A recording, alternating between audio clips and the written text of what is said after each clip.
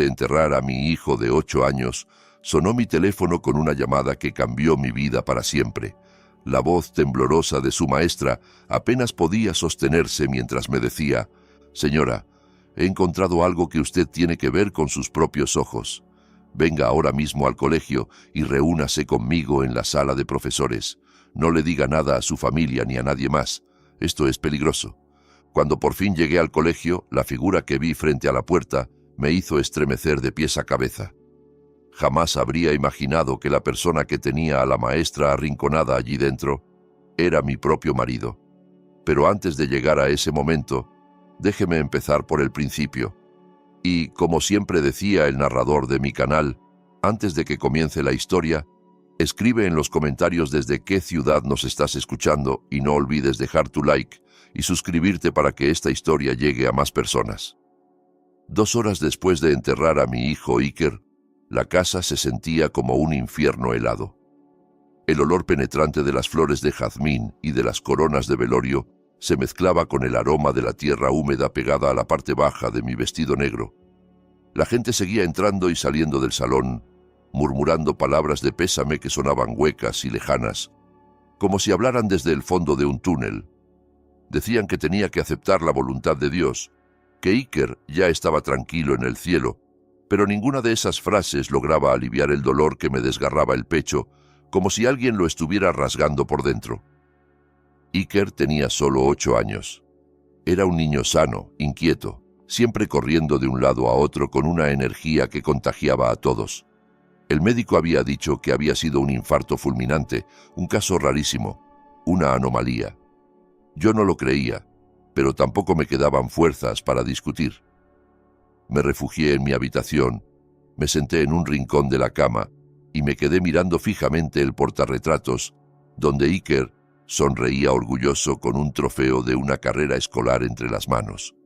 Afuera, mi marido Mauricio recibía y despedía a los visitantes con los ojos rojos, la cara hinchada y los hombros caídos, como si llevara el peso del mundo sobre la espalda. Todos elogiaban la fortaleza de Mauricio. Decían que era un esposo ejemplar y un padre admirable que seguía en pie solo para sostener a su esposa destrozada. A través de la puerta entreabierta del dormitorio, lo vi abrazarse con el señor Rebollo, el presidente de la fundación donde estudiaba Iker. El hombre mayor le daba palmadas fuertes en la espalda, ofreciéndole consuelo como un padre consuela a un hijo. Aquella escena debería haberme enternecido, pero algo en mi estómago se revolvió, una sensación de náusea que no supe explicar. Fue entonces cuando mi teléfono, apoyado sobre la colcha, empezó a vibrar. La pantalla encendida mostraba el nombre de la profesora Romina, la maestra de Iker.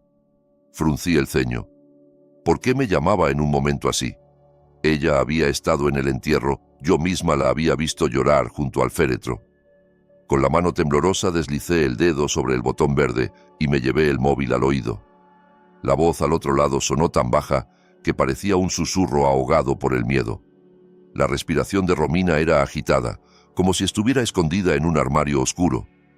Me pidió que escuchara bien, que lo que iba a decirme no podía repetirlo 2 veces. Dijo que había encontrado algo que debía ver con mis propios ojos, algo que había quedado olvidado en el cajón del pupitre de Iker. Su voz se quebraba cuando me rogó que fuera al colegio inmediatamente y la esperara en la sala de profesores. Remarcó una condición que me heló la sangre. No debía decirle nada a nadie, ni siquiera a mi familia. Repitió que era peligroso, que no podía confiar en nadie más que en ella. Sentí cómo mi corazón empezaba a golpear con fuerza descontrolada. El duelo que me había tenido paralizada se transformó de pronto en una alerta aguda que atravesó la neblina del dolor. Había algo urgente, algo oscuro, relacionado con mi hijo. Lo sentí en la forma en que Romina respiraba al otro lado de la línea, en la desesperación contenida de sus palabras. Mi instinto de madre, ese que hasta entonces solo encontraba un muro de impotencia frente a la muerte, se encendió con una claridad brutal. Me sequé las lágrimas de un manotazo, me obligué a ponerme en pie y respiré hondo. Tenía que ir. Tenía que saber qué era aquello tan peligroso que ella había encontrado. Salí de la habitación arrastrando los pies, fingiendo un cansancio más fuerte aún del que de verdad sentía. Me acerqué a Mauricio, que seguía conversando con el señor Rebollo en la terraza. Le susurré que me dolía mucho la cabeza, que necesitaba ir a la tiendita de la esquina a buscar mi medicamento para la migraña porque lo había dejado en el coche y, de paso, tomar un poco de aire. Mauricio me miró con una ternura que habría convencido a cualquiera. Se ofreció a ir en mi lugar, pero lo rechacé con suavidad, diciéndole que necesitaba 15 minutos a solas para despejarme. El señor Rebollo sonrió, recomendándome que no tardara, que la brisa de la noche no era buena para alguien tan débil. Les di la razón con un gesto y me encaminé hacia mi automóvil. Mientras conducía hacia el colegio de Iker, la ciudad de Veracruz parecía estirarse al infinito. Una llovizna fina empezó a caer, haciendo brillar el asfalto con los reflejos amarillentos de las farolas. Mi mente era un torbellino. ¿Qué había encontrado Romina? ¿Por qué estaba tan asustada? ¿Y por qué me prohibía hablar con Mauricio? Hasta ese momento, él había sido un padre ejemplar, atento, paciente, dedicado. Me repetí una y otra vez que no podía estar relacionado con nada peligroso. Sin embargo, una pequeña semilla de duda comenzó a abrirse paso, lenta y obstinada, como las raíces de una planta que rompen el cemento. Me vinieron a la cabeza escenas de los últimos meses que yo no había querido mirar con demasiada atención. Los dolores de estómago de Iker, su cansancio repentino, las tardes en las que se quedaba dormido en cualquier rincón. Recordé cómo Mauricio insistía en encargarse personalmente de sus medicinas y cómo se enfadaba cuando yo proponía llevar al niño con otro médico que no fuera el doctor de la familia, ese primo lejano del señor Rebollo que, según ellos, conocía mejor que nadie el historial de Iker. Todo eso, que hasta entonces había sido solo ruido de fondo, empezó a alinearse en mi memoria como piezas de un rompecabezas siniestro. El colegio se veía tenebroso de noche. El portón principal estaba entornado, como si alguien lo hubiera dejado así a propósito. No vi al guardia en su caseta. Quizá estaba dando una ronda, o tal vez simplemente no había servicio nocturno, porque las clases estaban suspendidas tras la muerte de Iker. Aparqué el coche lejos, bajo la sombra de un árbol enorme, para que nadie reconociera el vehículo desde la calle. Crucé el patio corriendo bajo la llovizna, con el corazón latiendo en la garganta, y me dirigí al edificio donde quedaba la sala de profesores, en el segundo piso. El pasillo de ese piso estaba completamente a oscuras, solo alumbrado por la luz mortecina que subía de los jardines exteriores. Sin embargo, pude distinguir un hilo de luz que se escapaba por la rendija inferior de la puerta de la sala de profesores. Estaba abierta unos centímetros. Romina debía estar allí dentro. Aceleré el paso, pero cuanto más me acercaba, más opresivo se volvía el aire. Todo mi cuerpo me decía que algo no estaba bien. El silencio era tan espeso que solo se escuchaban mis pasos, amplificados por las baldosas. Me vino a la mente la voz de Iker contándome lo cariñosa que era la señor Romina, lo mucho que la quería. Si ella había llegado a ese punto de miedo, tenía que ser algo muy grave. Me detuve frente a la puerta entreabierta y contuve la respiración antes de mirar hacia adentro. Lo que vi paralizó mi corazón. Romina estaba acorralada en una esquina, junto al archivo. Tenía el rostro lívido, los ojos desorbitados y todo el cuerpo temblándole como una hoja. Levantaba las manos en un gesto de súplica, como si estuviera pidiendo misericordia. Frente a ella, de espaldas a mí, se erguía un hombre con una camisa negra que conocía demasiado bien. Su postura, la manera en que apoyaba el peso en una pierna, incluso el aroma tenue de su colonia que se escapaba hacia el pasillo, me resultaron insoportablemente familiares. El hombre sostenía en la mano un objeto pequeño y negro, un dispositivo que parecía una memoria USB o un disco portátil. Le hablaba a Romina con un tono bajo, cargado de amenaza, una voz fría, afilada, sin un ápice de cariño. Era una voz tan distinta a la que yo escuchaba cada día en casa, que durante un segundo me negué a creerlo. Empujé la puerta con suavidad. Las bisagras rechinaron, delatando mi presencia.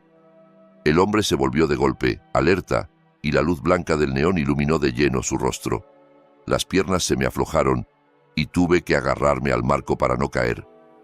Era Mauricio, mi esposo, el padre de mi hijo recién enterrado. Mauricio me miró sin sorpresa, como si hubiera calculado desde el principio la posibilidad de que yo apareciera allí. Su expresión, que un instante antes había sido de hielo puro, se transformó lentamente en una máscara de dolor contenido, la misma que llevaba todo el día frente a familiares y amigos. Disimuló el dispositivo negro deslizándolo hacia su costado, tratando de ocultarlo de mi vista. Yo miré a Romina, que ahora lloraba en silencio, con los labios temblando y las manos aún levantadas. Mi mente se negaba a entender. Mauricio debía estar en casa, recibiendo a la gente, llorando conmigo. ¿Qué hacía aquí? ¿Por qué estaba amenazando a la maestra de nuestro hijo? ¿Qué había en ese artefacto que era tan importante? El silencio se volvió asfixiante. Podía oír el zumbido del aire acondicionado y el ligero sollozo ahogado de Romina. Mauricio rompió la tensión acercándose a mí con paso tranquilo, como quien se pone frente a un animal asustado y quiere calmarlo. Su rostro cambió otra vez, volviéndose el de un marido frágil, quebrado por la pena. Abrió los brazos como si quisiera abrazarme y, con la voz ronca, dijo que no esperaba que yo fuera al colegio, que él solo había venido porque no soportaba estar en casa rodeado de recuerdos de Iker. Afirmó que había ido a recoger las cosas del niño, que las guardaría antes de que el personal de limpieza vaciara los pupitres al día siguiente. Su explicación sonaba razonable, casi conmovedora, y si yo no hubiera visto la escena de unos segundos antes, me habría derrumbado en sus brazos sin cuestionar nada. Pero el recuerdo de Romina, arrinconada con miedo en los ojos, seguía clavado en mi cerebro. Busqué la mirada de la maestra, necesitaba una confirmación, una rendija de verdad entre tanta mentira. Romina temblaba. Sus ojos iban de Mauricio a mí como si estuviera en una encrucijada mortal. Cuando Mauricio la miró de reojo con ese brillo amenazante que yo nunca antes le había visto, ella se apresuró a asentir. Con la voz quebrada confirmó su versión. Sí, Mauricio había ido a buscar las cosas de Iker y estaban recordando lo buen niño que había sido.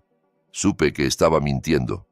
El sudor frío que le corría por la sien, los dedos apretando el borde de su falda hasta ponerse blancos, la delataban. Mauricio deslizó su brazo alrededor de mis hombros y apretó demasiado fuerte, con una insistencia que dolía. Dijo que debíamos volver a casa, que no era bueno para mí estar tanto tiempo en un lugar que solo reabría la herida. Sobre la mesa había una caja de cartón con dibujos, cuadernos y algunos lápices de Iker. Con un gesto casi imperceptible, Mauricio guardó el pequeño objeto negro en el bolsillo de su pantalón. Creyó que no me daría cuenta, pero lo vi claramente. Antes de salir, él avanzó primero hacia la puerta. En ese instante mínimo, Romina se precipitó hacia mí. Fingió arreglar mi hijab, que estaba un poco torcido por la lluvia, y sus dedos helados rozaron mi cuello. Sentí cómo deslizaba algo dentro del pliegue de la tela, a la altura del hombro. Sus ojos se clavaron en los míos. En ellos vi una súplica desesperada y una advertencia urgente. Sus labios se movieron sin emitir sonido, pero pude leer claramente la palabra que articuló. «Corre». Mi corazón se desbocó. Me forcé a aparentar calma. Asentí como si le agradeciera el gesto y di un paso atrás. Mauricio se giró, observándonos con cierta sospecha. Preguntó qué estábamos diciendo. Respondí rápido que Romina solo me pedía que fuera fuerte, que rezara y cuidara de mi salud. Él pareció convencerse. Me tomó de la mano y salimos de la sala, dejando atrás a Romina sola en medio de aquel cuarto silencioso, rígida como una estatua de cera, a punto de derretirse por el calor del miedo. El regreso en coche fue un trayecto hacia una ejecución invisible. Mauricio conducía con calma estudiada, limpiándose los ojos de vez en cuando como quien seca lágrimas.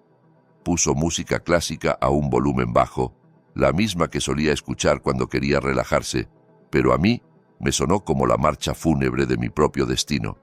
Yo iba en el asiento del copiloto mirando la lluvia golpear cada vez con más fuerza el cristal. Sentía el papel doblado en el pliegue de mi hijab, como si fuera una piedra ardiente. Quería leerlo ahí mismo, pero temía que Mauricio se diera cuenta. Lo miré de reojo.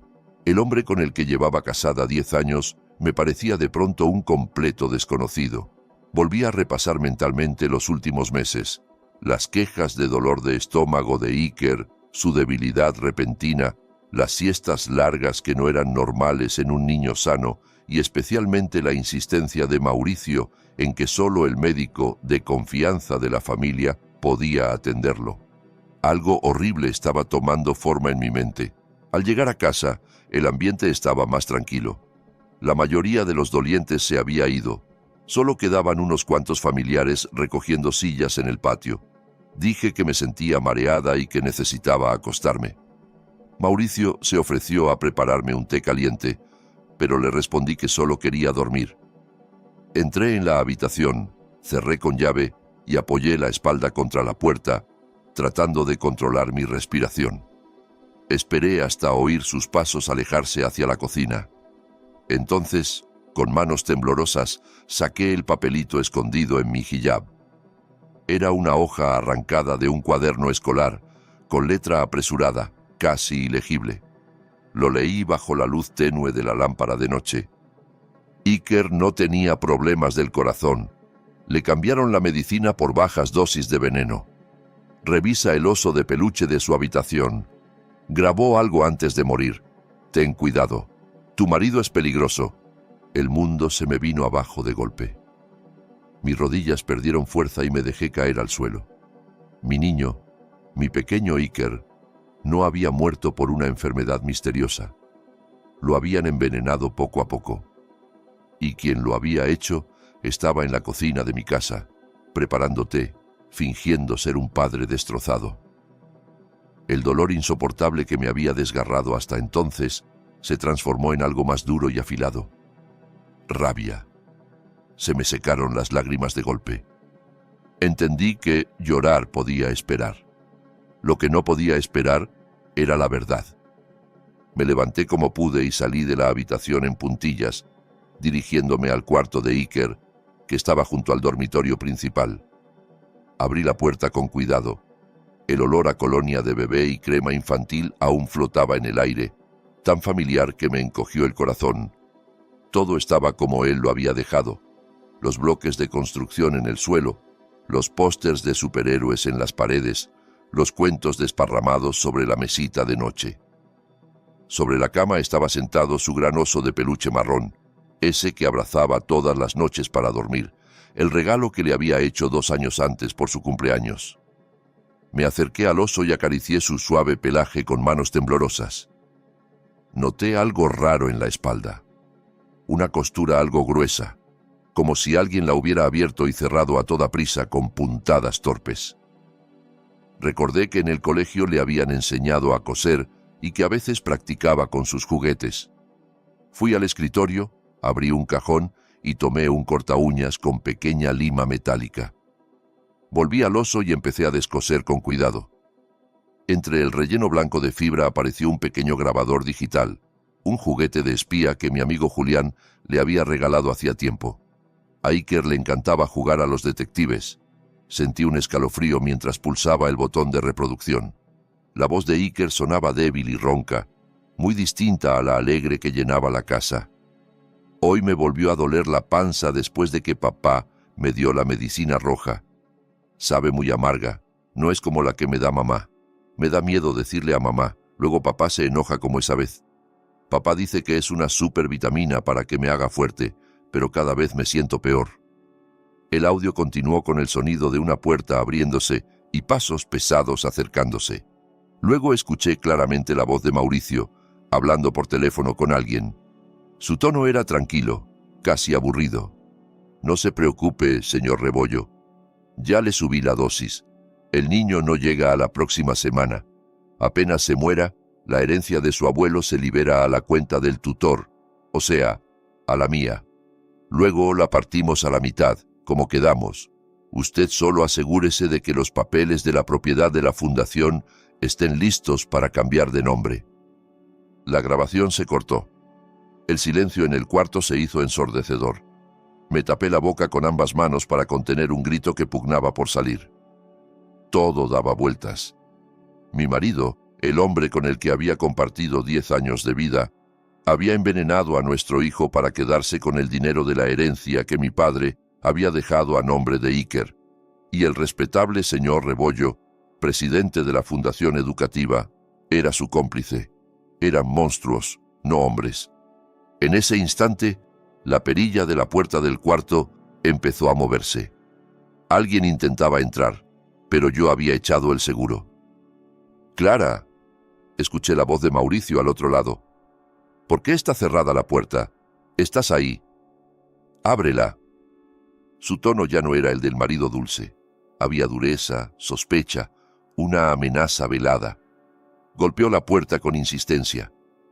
«Ábrela, Clara, no me hagas tirarla abajo». Retrocedí, apretando el oso y el grabador contra el pecho. Estaba atrapada. El asesino de mi hijo estaba al otro lado de la puerta, y lo más aterrador era que sabía que yo ya conocía su secreto. Los golpes contra la puerta se volvieron brutales.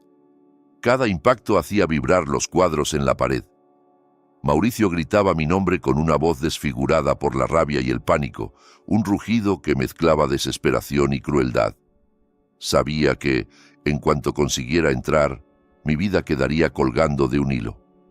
Mauricio ya no era mi marido. Era un animal acorralado dispuesto a destruir todo lo que pudiera delatarlo. Guardé el grabador en el bolsillo interior de mi túnica, lo único que ahora tenía para exigir justicia. Tenía que encontrar otra salida. La puerta estaba descartada. Solo quedaba la ventana. El cuarto de Iker estaba en el segundo piso. Recordé el árbol de mango que crecía junto a la casa, con sus ramas gruesas que se acercaban bastante al pequeño balcón de la habitación. Más de una vez había reñido a Iker por atreverse a trepar por ahí. Ahora, aquella travesura infantil podría salvarme la vida. Corrí a la ventana, destrabé el pestillo con manos temblorosas y la abrí de par en par. El aire de la noche, cargado de lluvia, me golpeó el rostro como un cubetazo helado. Fuera, la tormenta se había intensificado. Los rayos iluminaban el jardín por segundos. Los truenos enmascaraban los golpes que Mauricio daba a la puerta. El crujido de la madera me advirtió que la puerta no resistiría mucho más. Sin darme tiempo para pensar, me subí al barandal del balcón y tanteé con el pie una rama del árbol. Estaba mojada y resbaladiza, pero era eso, o morir ahí dentro. Me lancé, aferrándome a la rama con ambas manos. La corteza rugosa me arañó las palmas, pero me mantuve colgada. Mi túnica empapada se enganchó en una rama fina. Tiré con todas mis fuerzas, hasta oír el sonido de la tela rasgándose. No importaba. Lo único importante era bajar. Justo cuando mis pies tocaron por fin la hierba embarrada del jardín, oí un estruendo arriba. Mauricio había derribado la puerta de la habitación.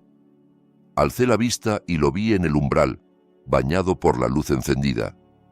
Corrió hacia el balcón y se asomó, buscando en la oscuridad, maldiciendo en voz alta. Me pegué al tronco del árbol, conteniendo la respiración. Un relámpago iluminó el patio durante un segundo. Si hubiera mirado hacia abajo en ese instante, me habría visto.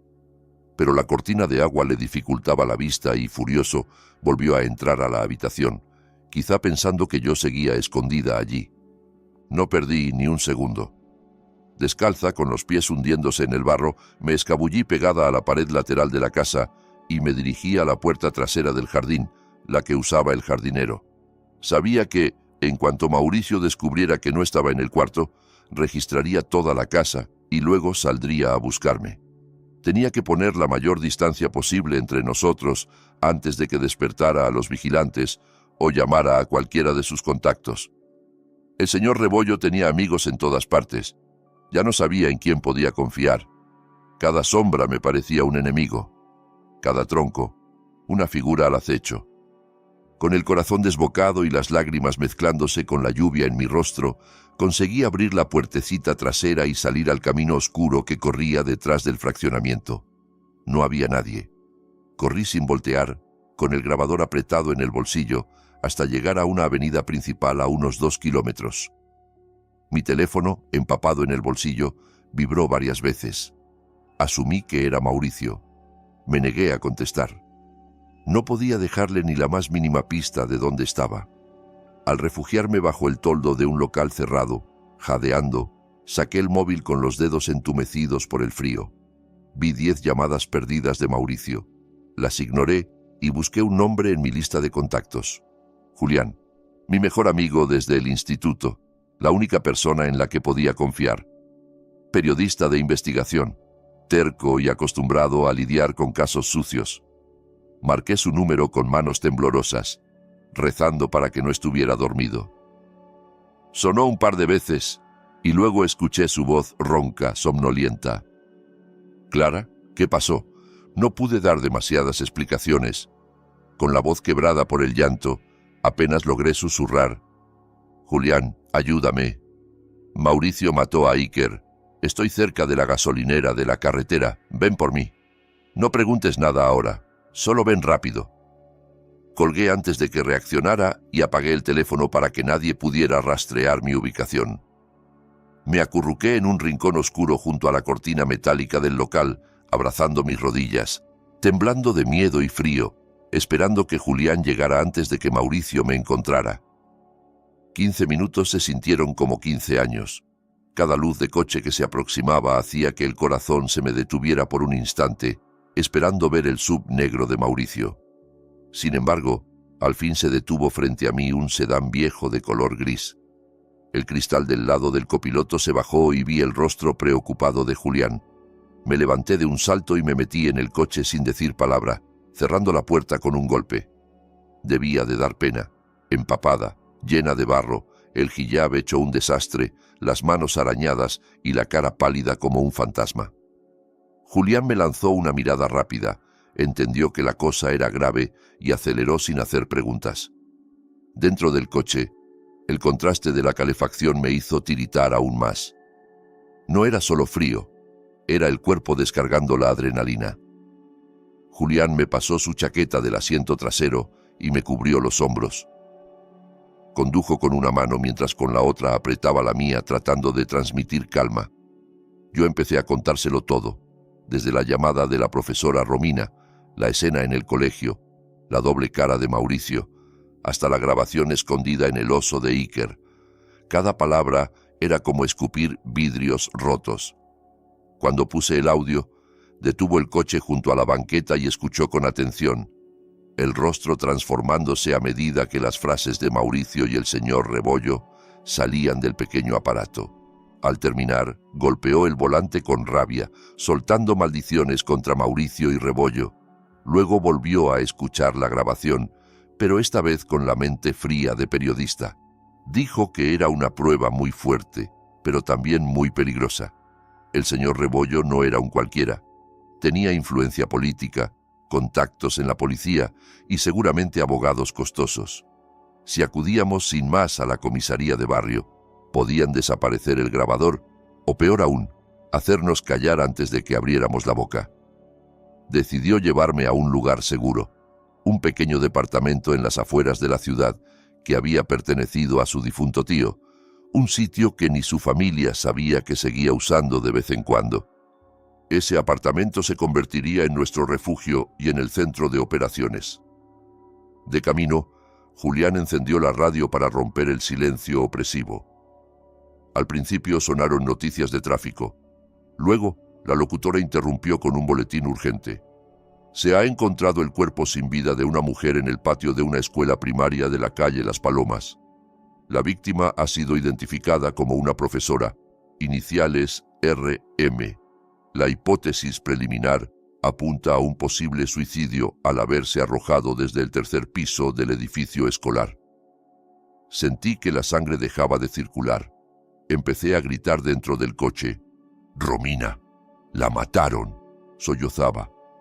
«Mauricio y el señor Rebollo la mataron y ahora dicen que fue suicidio». La culpa me azotó con una violencia peor que cualquier golpe físico.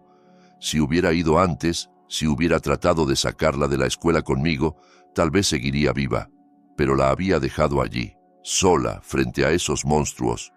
Lloré con todo el cuerpo, golpeando el tablero del coche.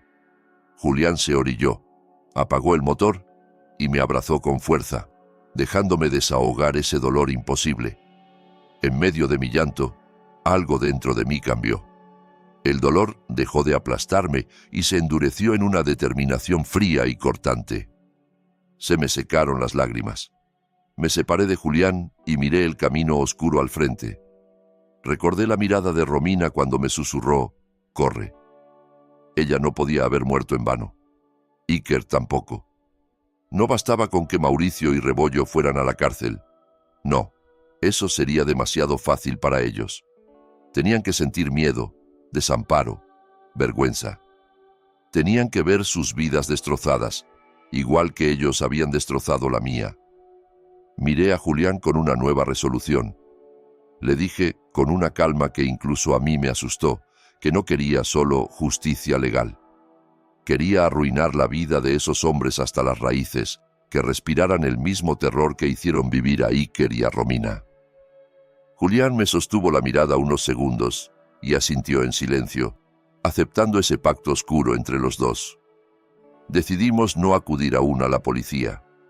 Antes necesitábamos más pruebas, algo tan contundente que ni influencias ni abogados pudieran derribarlo.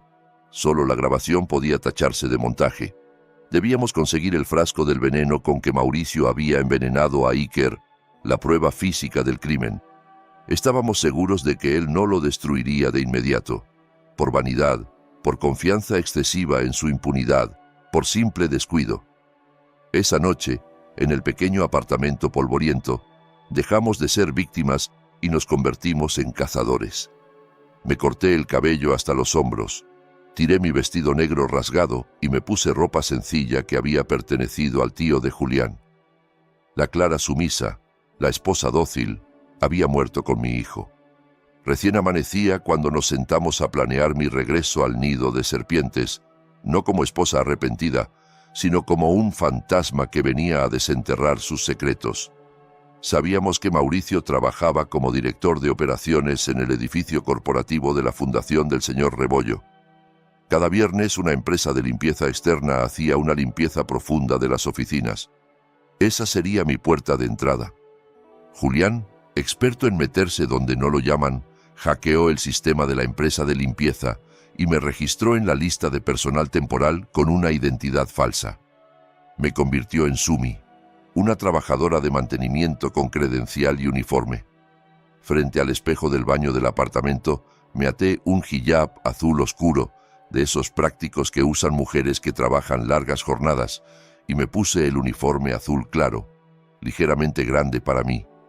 Me coloqué unas gafas de armazón grueso y me empolvé el rostro de una forma desigual, apagando mis facciones. La mujer reflejada ya no era Clara, era otra persona. Julián estacionó el auto a 2 manzanas del edificio corporativo de la fundación. Yo bajé del coche empujando un carrito con cubetas, escobas y trapeadores, mezclándome con el resto del personal de limpieza que entraba por la puerta de servicio. El guardia apenas nos miró. Ni siquiera levantó la vista para registrar nuestros rostros. Los de abajo somos invisibles. Pasé el control de seguridad sin problema, con la tarjeta clonada que Julián había preparado a partir de la de un empleado descuidado. Subí en el montacargas hasta el piso 12, donde quedaba la oficina de Mauricio. El pasillo estaba alfombrado, silencioso y frío. Empujé el carrito hasta la puerta doble con el letrero Dirección de Operaciones. Pasé la tarjeta por el lector. La luz se puso verde y la cerradura hizo clic. Entré. La oficina era amplia y elegante, con muebles de madera oscura y una gran ventana que dejaba ver parte de la ciudad. En la pared, detrás del escritorio, colgaba una fotografía nuestra. Mauricio, Iker y yo, sonriendo en un parque. Me dieron ganas de arrancarla de un zarpazo. Mauricio no había colgado esa foto por amor, sino como parte de su máscara de padre de familia ejemplar. Sabía, porque lo había visto una vez de casualidad, que tras un cuadro abstracto en otra pared se ocultaba una caja fuerte. Quité el cuadro con cuidado y allí estaba, el panel digital. Tragué saliva. El código era la fecha de nacimiento de Iker. La ironía me revolvió el estómago.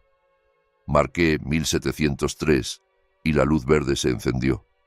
Abrí la caja fuerte esperando encontrar el frasco del veneno. No estaba. Había fajos de billetes, documentos de propiedades a nombre de Mauricio, pasaportes con distintos sellos, papeles de transferencia de terrenos de la fundación a cuentas privadas. Era corrupción pura, pero aún no probaba el asesinato. Saqué fotografías con la pequeña cámara oculta en uno de mis botones, una por una, sin dejar nada sin registrar. Entonces escuché risas y pasos acercándose por el pasillo. El pánico me subió como un golpe de calor. Cerré la caja, volví a colgar el cuadro un poco torcido por la prisa y me escondí tras un gran sofá cercano al escritorio fingiendo limpiar el zócalo. La puerta se abrió. Entraron Mauricio y una joven muy arreglada, con vestido entallado y tacones altos. Era Belén, su secretaria, a la que siempre había visto demasiado pegada a él. Ellos no se percataron de mi presencia, protegida por la altura del respaldo y la sombra de un archivero. Lo que escuché a continuación me quemó por dentro. Mauricio no parecía un hombre en duelo. Reía con Belén mientras servía whisky en 2 vasos. Ella se sentó coqueta sobre el borde del escritorio y le acarició el brazo. Hablaron de la muerte de Iker como si comentaran el cierre satisfactorio de un negocio. Belén le dijo que su actuación en el funeral había sido perfecta, que hasta el señor Rebollo había quedado impresionado con su dolor de padre. Mauricio se enorgulleció de sí mismo, diciendo que quitarse de encima a ese niño enfermizo había sido lo mejor para su futuro. Lo llamó estorbo, una fuente de gastos que impedía que el dinero de la herencia fluyera a sus manos. Sentí las uñas clavándose en mis palmas. Quise salir y destrozarlos a golpes, pero sabía que perdería. En lugar de eso, activé el pequeño micrófono grabador que llevaba en el bolsillo del pantalón y dejé que cada palabra de aquella conversación quedara registrada. Hablaron de un viaje a Europa que planeaban hacer cuando todo se calmara y los millones llegaran a su cuenta. Se burlaron de mí, de mi huida desesperada. Mauricio dijo que no tardarían en encontrar mi cadáver tirado por ahí, que todos creerían que estaba loca por el duelo. Me llamó débil, inútil, sin él. Y no hay nada que puedan probar, añadió, besando la sien de Belén. El frasco del veneno ya lo mandé a incinerar con los desechos médicos esta mañana. No quedó rastro. Esa frase fue un golpe bajo. El frasco, nuestra esperanza, ya no existía, pero obteníamos algo igual de poderoso. Un reconocimiento arrogante, la confesión de que creían haber ganado. Cuando por fin salieron para ir a comer, esperé varios minutos dentro de mi escondite hasta estar segura. Antes de irme, saqué del bolsillo el cochecito de juguete que solía llevar Iker en la mochila, algo que yo había guardado desde la noche anterior, y lo dejé en medio del escritorio, justo encima de los expedientes ordenados de Mauricio. Que supiera que su pasado venía por él. Regresé al apartamento con Julián y escuchamos juntos la grabación. Julián tuvo que salir al balcón a fumar para no explotar. Sabía que el audio era demoledor, pero seguía siendo fruto de una grabación ilegal y podían intentar tumbarlo en tribunales. Necesitábamos que ellos mismos se hundieran en público, que se traicionaran delante de testigos, cámaras y micrófonos. La forma más efectiva de hacer que un criminal cometa errores es provocarle miedo. Y sabíamos que Mauricio, por más frío que fuera, tenía una grieta, el terror a lo sobrenatural, al karma, al castigo de aquello que no podía controlar. Años atrás, recién casados, me había confesado que le aterraban las historias de fantasmas, que le obsesionaba la idea de que las malas acciones regresaran multiplicadas. Había tratado de ahogar ese miedo en cinismo y dinero, pero seguía allí. Julián había logrado hackear el sistema de domótica de nuestra casa. Luces, cámaras, audio, aire acondicionado, todo. Lo que Mauricio instaló para sentirse seguro, nosotros lo usaríamos para enloquecerlo. Esa misma noche comenzamos el acoso. Desde la pantalla del portátil, Veíamos en la cámara del salón cómo se servía una copa tras otra intranquilo, jugando con el cochecito de Iker que alguien había dejado en su escritorio de la oficina. A medianoche, Julián hizo parpadear las luces del salón de casa. Mauricio se levantó desconcertado y fue a revisar los interruptores. Cuando pareció tranquilizarse, subió al dormitorio. Bajamos la temperatura del aire acondicionado a 16 grados. Lo vimos, destapado, estremecerse en la cama. Entonces, por los altavoces del techo, dejamos sonar una risita de Iker, suavísima, mezclada con el ruido blanco del ventilador. Mauricio se incorporó de golpe con los ojos desorbitados, buscando el origen del sonido. Preguntó en voz alta quién estaba ahí. Cortamos el audio. Repetimos el juego las noches siguientes, aumentando la intensidad poco a poco. Nunca le permitíamos dormir más de un rato seguido. Al tercer día, mientras se duchaba, llenamos el baño de la grabación de los quejidos de Iker cuando le dolía el estómago, aquel fragmento que había quedado también en el pequeño grabador. El eco en los azulejos hacía que sonara fantasmal. Mauricio salió del baño resbalando, sujetándose a los muebles, empapado y con el rostro blanco como el mármol. Empezó a gritar que lo dejaran en paz, que aquello no era posible. Culpar a Belén era su siguiente paso. Comenzó a llamarla nervioso, acusándola de gastar bromas crueles. Entre ellos germinó la desconfianza. La culminación de nuestro plan coincidía con la gala de la fundación, que se celebraría en un hotel de lujo. El señor Rebollo daría un discurso y a Mauricio le entregarían un premio como padre ejemplar por seguir apoyando a la institución a pesar de la tragedia. El título del reconocimiento me revolvía el estómago. Julián encontró una brecha en la red Wi-Fi del hotel y accedió al sistema de proyección y sonido. Ellos planearon un video emotivo con fotos de Iker. Nosotros preparamos otro muy distinto, una compilación de su propia podredumbre. La noche del evento, Julián y yo observábamos todo desde una furgoneta aparcada en el estacionamiento, con varias pantallas conectadas a las cámaras del hotel. Vimos entrar a Mauricio junto al señor Rebollo. Mauricio se veía deshecho, ojeroso, encorvado, volviendo la cabeza a cada rato como si temiera encontrar un espectro a su espalda. Belén también estaba allí, hermosa pero contrariada, sometida a sus cambios de humor. Al subir Mauricio al escenario para recibir el premio, el público lo aplaudió. Tomó el micrófono y empezó a hablar de lo mucho que extrañaba a su hijo, con el tono quebrado que tan bien había ensayado. Di la señal a Julián. La pantalla gigante detrás de Mauricio, que debía mostrar una animación con el rostro sonriente de Iker, se llenó de ruido blanco y un chillido agudo invadió los altavoces. Luego, la imagen cambió a un fondo rojo intenso y aparecieron letras enormes, como escritas con sangre. Sé lo que hicieron.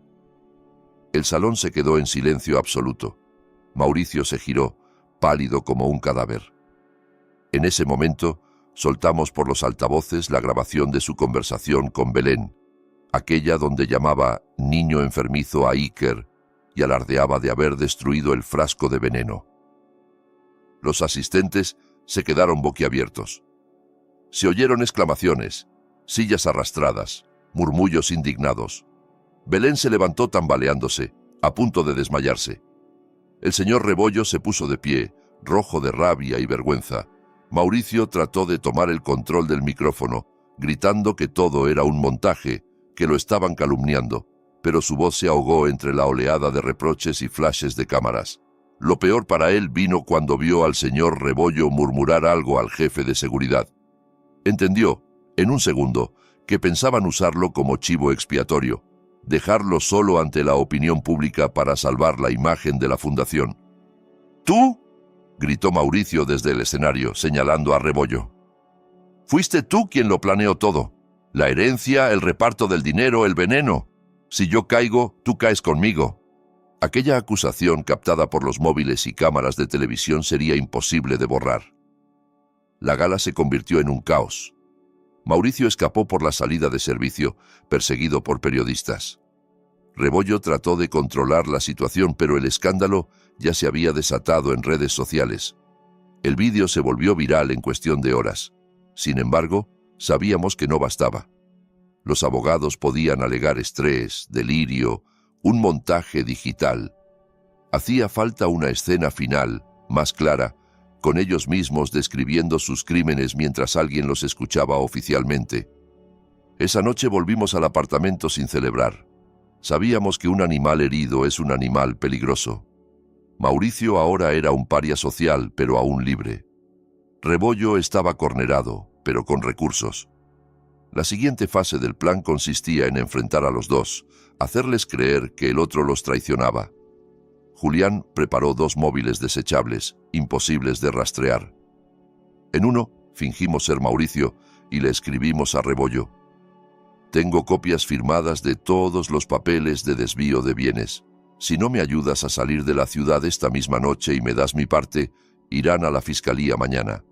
Encuéntrame en el viejo almacén de la fundación, en el puerto, a las 2 de la mañana, solo. O nos hundimos juntos». Sabíamos que Rebollo era paranoico y que no se atrevería a ignorar esa amenaza. En el otro móvil, fingimos ser un emisario de Rebollo y le mandamos un mensaje a Mauricio: «Don Rebollo quiere arreglar esto. Ha preparado una lancha para sacarte del país esta noche. Quiere que lleves todos los documentos y pruebas que tengas para destruirlos. Te espera a las 2 en el almacén viejo de la fundación en el puerto. La policía ya se mueve. Es ahora o nunca. No llegues tarde». Mauricio, desesperado, sin aliados y convencido de que todo el mundo lo perseguía, vería en ese mensaje su última tabla de salvación. A las 2 de la madrugada, bajo una lluvia feroz, Julián y yo ya estábamos dentro del almacén, en un altillo metálico del segundo piso, con una vista perfecta del espacio principal. Era un edificio grande y abandonado, cerca del muelle. Olía a óxido y mar rancio. Julián había colocado cámaras y micrófonos escondidos conectados a un servidor seguro, al que también tendría acceso un contacto suyo en la unidad de delitos graves. Esta vez, la policía estaba al tanto. Sabían que allí se reunirían 2 hombres peligrosos para hablar de dinero sucio. Solo tenían que esperar a que dijeran suficiente, y entonces entrar. Un sedán negro llegó primero. Vimos a Rebollo bajar con un maletín y 2 guardaespaldas. Los dejó fuera, indicándoles que lo esperaran. Entró al almacén con la mano derecha dentro de la chaqueta. No era difícil imaginar que sujetaba un arma. Su cara era de piedra, tensada por la rabia y el miedo. Minutos después, la puerta chirrió de nuevo. Mauricio entró desde la oscuridad. Llevaba la camisa arrugada, la mirada perdida. Parecía envejecido 10 años en 2 días. Avanzó hacia Rebollo con una mezcla de esperanza y odio. «¿Dónde está la lancha?», preguntó con la voz rota. «Dijiste que me sacarías de aquí». Rebollo soltó una carcajada seca. «¿Lancha? ¿De verdad crees que después de lo que hiciste en el hotel voy a ayudarte a escapar? Me humillaste frente a todo el mundo. Eres un estorbo». Mauricio lo miró con incredulidad. «Pero tú me mandaste un mensaje. Dijiste que...».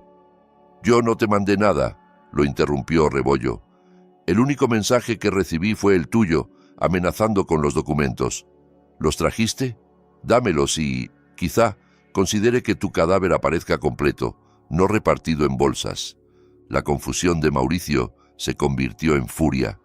Comprendió que alguien más tiraba de los hilos, pero su odio hacia Rebollo era más fuerte que su instinto de supervivencia.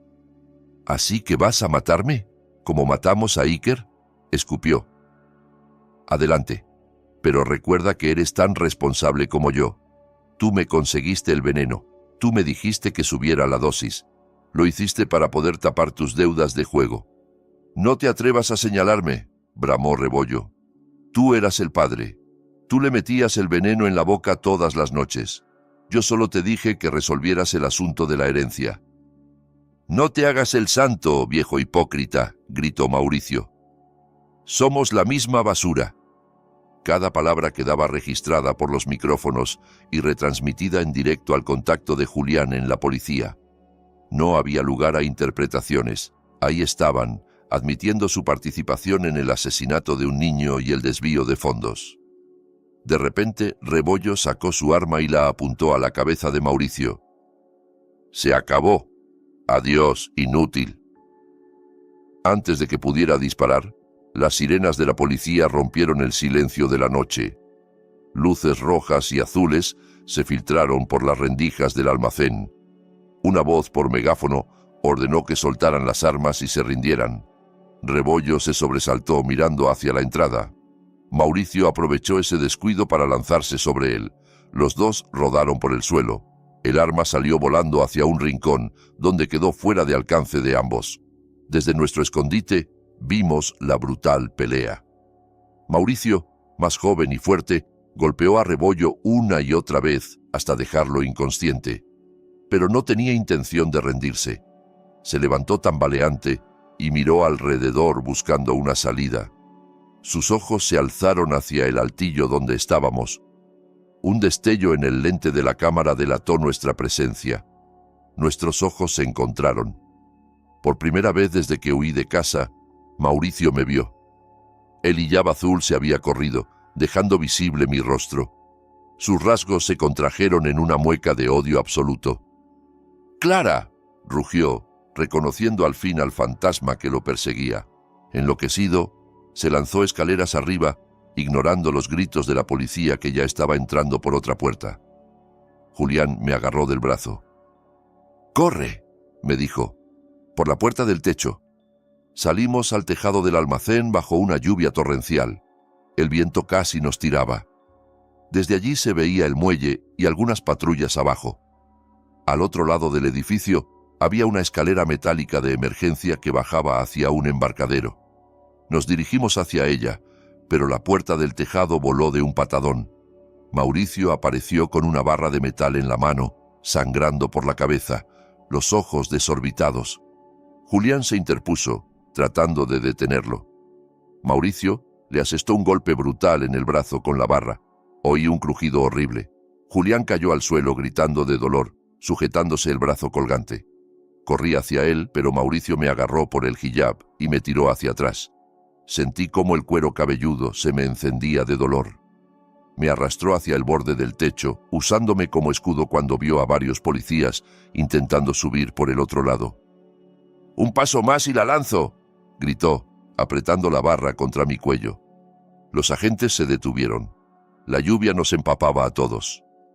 Yo respiraba con dificultad, sintiendo el metal frío en la garganta, pero ya no tenía miedo como antes. Estaba harta. Mauricio me obligó a bajar con él las escaleras de emergencia.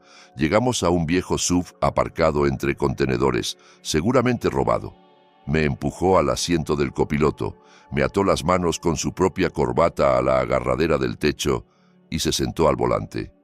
Arrancó como un loco, derribando la cerca y metiéndose en la avenida, con varias patrullas tras nosotros.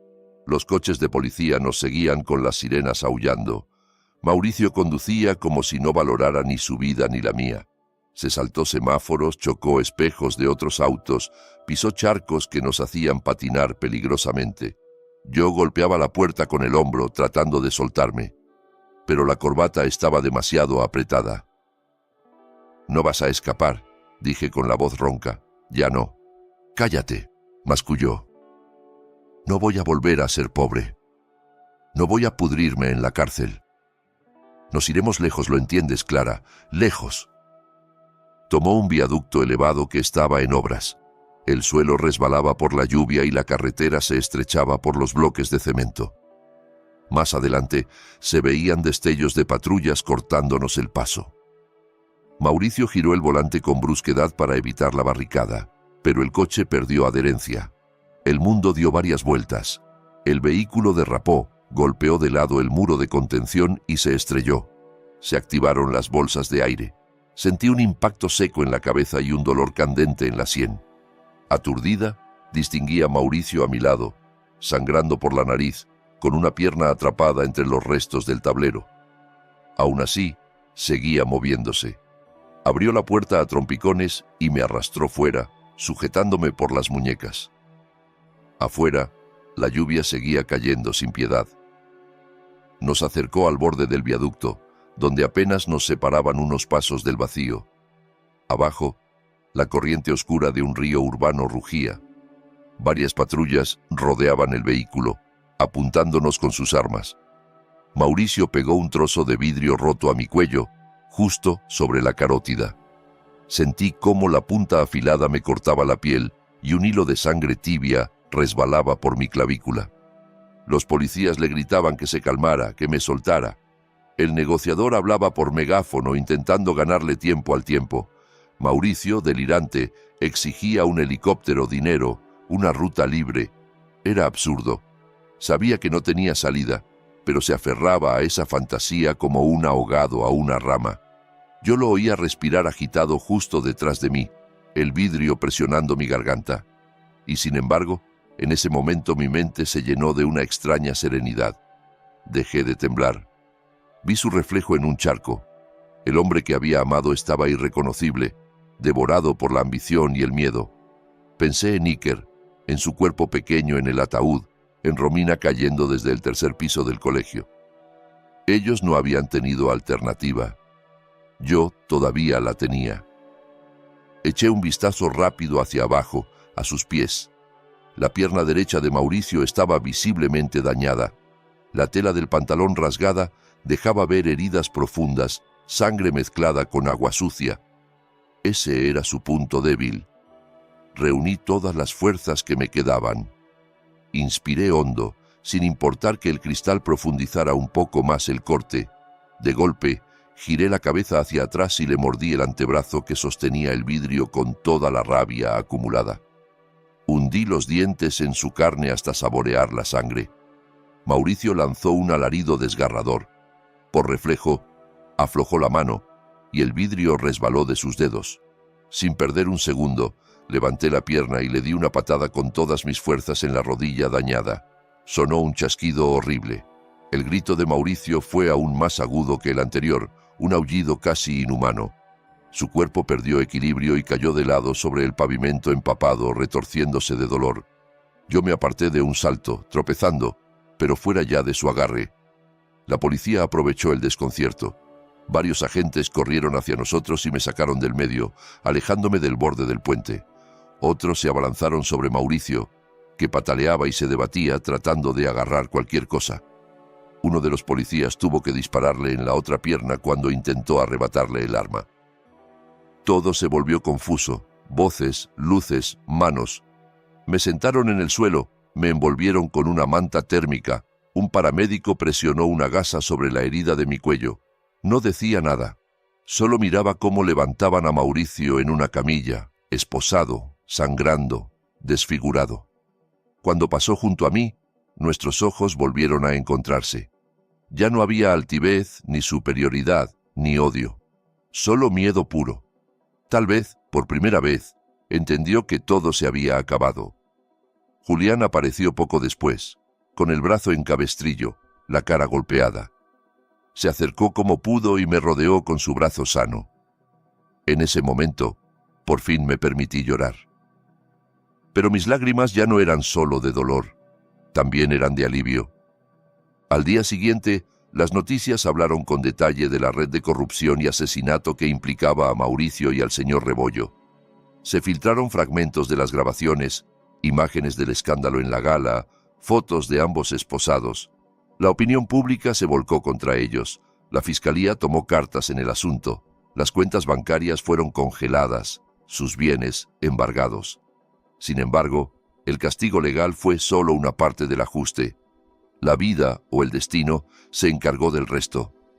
En el hospital penitenciario donde ingresaron a Mauricio, los médicos descubrieron que la pierna destrozada en el accidente se había infectado gravemente. La combinación de vidrios, barro y residuos del asfalto había llevado bacterias a la sangre. En cuestión de horas el tejido empezó a necrosarse. Para salvarle la vida, no tuvieron otra opción que amputarle la pierna derecha por encima de la rodilla. Al despertar de la anestesia, Mauricio descubrió que ya no volvería a caminar como antes. Lloró, gritó, suplicó que le devolvieran lo que había perdido. Fue una ironía brutal. Quien había destruido el cuerpo de su propio hijo, dañando sus órganos con veneno, ahora veía su cuerpo mutilado. En la cama del hospital, atado a una silla de ruedas, la misma persona que se creía invencible, que menospreciaba a los débiles, se vio convertido para siempre en aquello que más despreciaba. El señor Rebollo tampoco salió indemne. Durante su primera declaración formal en la fiscalía, la tensión le disparó la presión sanguínea. Sufrió un derrame cerebral masivo. Sobrevivió, pero medio cuerpo quedó paralizado. El hombre que dominaba los escenarios con discursos conmovedores, que manipulaba a políticos y empresarios con su labia, se vio reducido a emitir sonidos ininteligibles, babeando, postrado en una cama de la enfermería de la cárcel. Sus bienes fueron confiscados, su familia se desentendió de él por vergüenza. Pasó a depender de manos ajenas incluso para comer y para ir al baño. Era la ruina total de su orgullo. Belén, la secretaria y amante de Mauricio, trató de huir. La detuvieron en el aeropuerto, intentando salir del país con joyas y efectivo. Ante los investigadores, traicionó a Mauricio sin pensarlo dos veces, entregando registros de transferencias y correos comprometedores. Creyó que eso le reduciría la pena, pero no pudo eludir su responsabilidad por haber colaborado en el encubrimiento y por beneficiarse del dinero. Terminó sentenciada a 20 años de prisión. En la cárcel, lejos de los trajes caros y los hoteles de lujo, su belleza dejó de ser un privilegio y se convirtió en un blanco de envidia y agresión. Julián y yo seguíamos las noticias con una mezcla de rabia satisfecha y cansancio. Nunca celebramos su sufrimiento, pero tampoco sentimos lástima. Nada de lo que les pasara se acercaba al dolor de un niño envenenado por su propio padre, o al terror de una maestra arrojada desde un tercer piso por decir la verdad. Sin embargo, al menos ya no eran intocables. Un día, me llamaron del hospital penitenciario para que ampliara mi testimonio. Al pasar por el pasillo custodiado, vi a Mauricio a través de una ventanilla, sentado en una silla de ruedas. Era apenas la sombra del hombre que fue, más flaco, más viejo, con la mirada perdida. Cuando se dio cuenta de que estaba ahí, giró lentamente la cabeza. Nuestras miradas se cruzaron una vez más. Él empezó a llorar en silencio. Sus labios se movieron, tratando de formar palabras que no alcancé a escuchar. Disculpas, quizás. Lágrimas que llegaban demasiado tarde. Yo, por primera vez, no sentí odio. Solo un vacío sereno, una distancia inquebrantable. Lo miré durante unos segundos, lo suficiente para que entendiera que yo seguía en pie, que había sobrevivido a todo lo que él intentó destruir. Luego me di la vuelta y seguí mi camino. No tenía nada más que decirle. Pasaron 6 meses desde aquella noche de tormenta en el viaducto. El tiempo, aunque lento, comenzó a cerrar heridas. Las cicatrices quedaban, pero ya no sangraban. Una mañana de cielo despejado, me miré al espejo de mi nueva casa, más pequeña y sencilla que la anterior, pero llena de paz. Me coloqué un hijab color crema, suave, y alisé la tela con manos firmes. La mujer del espejo ya no era la madre que apenas podía sostenerse en el funeral de su hijo. Era alguien endurecida por la tragedia, sí, pero también levantada sobre ella. A mi lado, detrás en el reflejo, vi a Julián pasar con un fajo de papeles y soltar un chiste tonto para aliviar el ambiente. Ese día se leería la sentencia definitiva. En la sala del juzgado, abarrotada de periodistas, representantes de asociaciones infantiles y curiosos, el ambiente era denso. Me senté en la primera fila. Julián, con traje y el brazo totalmente recuperado, se acomodó junto a mí y me tomó la mano. Entonces entraron los jueces. Los murmullos cesaron. 2 oficiales empujaron la silla de ruedas de Mauricio hasta el banquillo de los acusados. Él iba con la cabeza gacha. El banco contiguo estaba vacío. El abogado de Rebollo lo representaba porque el viejo ya no podía movilizarse. Más allá, en otra silla, Belén temblaba, pálida. El fiscal hizo un repaso firme de todos los cargos: homicidio agravado contra un menor, asesinato de una testigo clave, corrupción, lavado de dinero. La jueza principal, una mujer de mediana edad con ojos severos, comenzó a leer la resolución. La sala guardó un silencio reverente. Sus palabras, aunque formales, tenían la contundencia de una piedra lanzada al agua. Declaró a Mauricio culpable sin atenuantes y subrayando la crueldad y premeditación de sus actos, dictó la pena máxima: muerte. Se escucharon suspiros, exclamaciones, un «gracias a Dios» apenas contenido en la parte de atrás de la sala. Mauricio empezó a temblar. Rompió a llorar con un llanto feo, desesperado, que no conmovió a nadie. Al señor Rebollo le impusieron cadena perpetua, sin posibilidad de reducción de pena. La jueza señaló que, aunque enfermo, su responsabilidad moral y jurídica era absoluta. Su cuerpo quebrado pasaría el resto de los años que le quedaran en una cama de prisión. A Belén, el tribunal le dio 20 años de cárcel. Cuando la jueza golpeó el mazo 3 veces, sentí que algo dentro de mí se cerraba por fin. El capítulo legal se había concluido. Al salir del juzgado, el aire fresco de la calle me supo distinto. No era libertad absoluta, porque nada me devolvería a Iker, pero sí era un primer paso hacia una vida en la que mi hijo no fuera solo una víctima, sino también una semilla de algo bueno. Todo el dinero involucrado en la herencia de mi padre y en las maniobras de Mauricio y Rebollo fue recuperado tras un largo proceso legal en el que Julián se dejó la piel. El Estado pretendía quedarse con buena parte, pero logramos demostrar que era patrimonio de Iker. Aún así, yo tenía claro que no podía quedarme con ese dinero para mí. Lo veía manchado de sangre. Decidí convertirlo en algo que honrara a mi hijo. Encontramos un viejo edificio en las afueras de la ciudad y lo remodelamos por completo. En la entrada colgamos un letrero colorido: Casa Iker, Fundación de Protección y Educación Infantil. Quería que aquel lugar fuera un refugio para niños maltratados, abusados o abandonados, esos a los que nadie creía ni escuchaba. Un sitio donde pudieran dormir sin miedo, estudiar, jugar, tener psicólogos, maestros, cariño.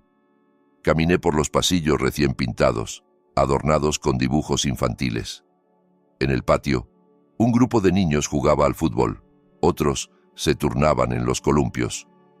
Sus risas resonaban como un eco amable en mi pecho. En el vestíbulo principal colgamos una fotografía grande de Iker sonriendo y al lado una de la profesora Romina. Con parte del dinero financiaremos también la renovación de la escuela donde ella había trabajado, incluyendo una biblioteca nueva llamada Biblioteca Romina, para que su nombre quedara ligado a la educación y no a la tragedia. Al caer la tarde, cuando el sol comenzaba a colorear el cielo de naranja, Julián y yo fuimos al cementerio. Las tumbas de Iker y de Romina estaban una junto a la otra, bajo la sombra de un frangipani, un árbol de flores blancas muy perfumadas, que se inclinaba protectora sobre ellas. La hierba estaba verde y cuidada, adornada con flores frescas que gente anónima dejaba de vez en cuando. Me agaché ante la lápida de Iker, pasando los dedos por su nombre grabado en el mármol. Esta vez no había en mis ojos el desespero de antes. Había nostalgia, sí, pero mezclada con una paz nueva. «Ya está, mi amor», susurré. «Ya hicimos justicia. No volverán a hacerle daño a nadie. Tu dinero ahora sirve para que otros niños estén a salvo. Tú ya no tienes que sentir dolor. Puedes jugar todo lo que quieras allá arriba». El viento movió suavemente las ramas del árbol y algunos pétalos blancos cayeron sobre la tumba. Cerré los ojos y recé, larga y profundamente, entregando a Dios mi gratitud, mi duelo y la vida entera de mi hijo. Cuando terminé, me puse de pie. Fue entonces cuando vi algo al final del caminito de grava. A unos 10 metros, entre la luz dorada del atardecer, se recortaba la silueta de un niño. Llevaba un pijama con el dibujo del superhéroe favorito de Iker, el mismo conjunto que le puse la última noche que pasó en casa. Tenía el pelo revuelto y los ojos brillantes como siempre. No se veía enfermo ni cansado. Al contrario, irradiaba salud y alegría. No sentí miedo. Supe, sin necesidad de pensar, quién era. Iker me miraba con una sonrisa enorme, tan luminosa que casi dolía. Levantó la mano derecha y me saludó con un pequeño gesto. Un adiós. Un «Estoy bien, mamá». Sentí que una sola lágrima resbalaba por mi mejilla. Le devolví el saludo con la mano temblorosa y una sonrisa que, por primera vez en mucho tiempo, fue sincera. «Hasta pronto, cariño», murmuré. La figura de Iker se fue difuminando poco a poco con la luz del sol poniente hasta desaparecer. Pero el calor que dejó en mi pecho siguió ahí. Él estaba en paz. Podía aceptar al fin que no volvería a abrazarlo, pero también que no sufría. Me giré. Julián me esperaba unos pasos más atrás, sin hacer preguntas, con esa paciencia silenciosa que siempre había tenido conmigo. Me tendió la mano. La tomé con firmeza.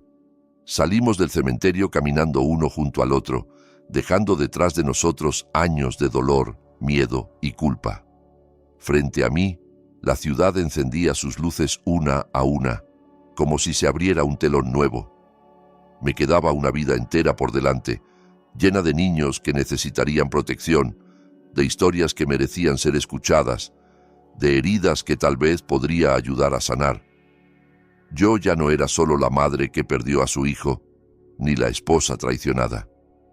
Era Clara, la mujer que atravesó la tormenta y siguió en pie, fundadora de Casa Iker y defensora de los niños que no tienen voz.